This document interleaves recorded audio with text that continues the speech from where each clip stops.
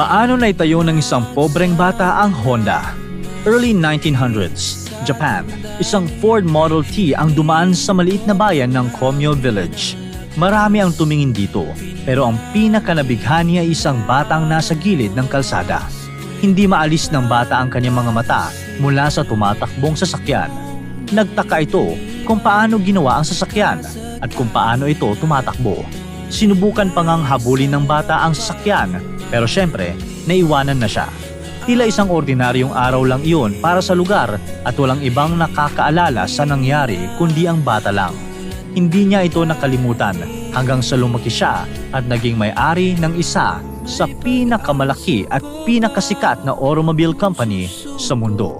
Sa videong ito, pag-uusapan natin ang buhay ng founder ng Honda at kung paano niya nabuo ang kanyang kaharian. Si Soichiro Honda ay ipinanganak noong November 17, 1906 sa Komyo Village, Iwata District, Shizuoka, malapit sa Hamamatsu. Siya ang nag-iisang anak ni Gihei Honda, isang blacksmith at may shop na nag-aayos ng mga bisikleta, at Mika Honda, isang mananahi. Sa murang edad pa lang, nahilig na si Soichiro sa mga tools at machines na nakikita niya sa shop ng kanyang ama. Kahit nasa eskwelahan siya, ay ito pa rin ang nasa kanyang isip. Hindi nagustuhan ni Soichiro ang pag-aaral. Dahil dito, naging mababa ang kanyang grades at natakot siyang ipakita ito sa kanyang mga magulang. Sa mga panahong iyon, kailangan mong ipakita ang iyong mga grades sa pamilya mo at tatatakan ito ng family seal bilang patunay na nakita ito ng iyong mga magulang.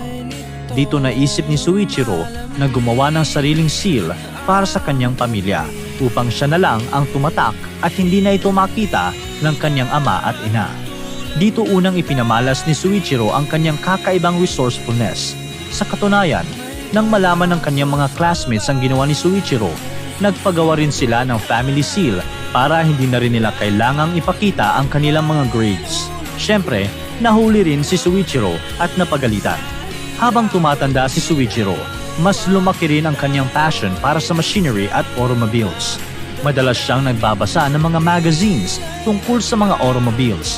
Hanggang noong 1922, nakakita siya ng isang ad na nagpabago sa kanyang buhay. Ang ad ay tungkol sa isang automobile company sa Tokyo sa pangalang Art Shokai. Noong sumulat siya sa kumpanya, agad naman siyang tinanggap.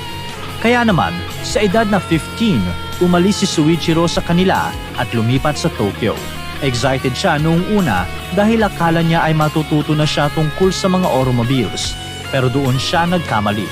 Nang makita siya ng may-ari na si Yuzo Sakakibara, napagtanto nito na masyado pa siyang bata. Kaya imbes na magtrabaho sa shop, ginawa lang siyang tagabantay ng shop ng may-ari. Naging mahirap ito kay Soichiro, lalo na at hindi siya kumikita ng pera. Pero hindi siya sumuko. Nang lumaki ang shop,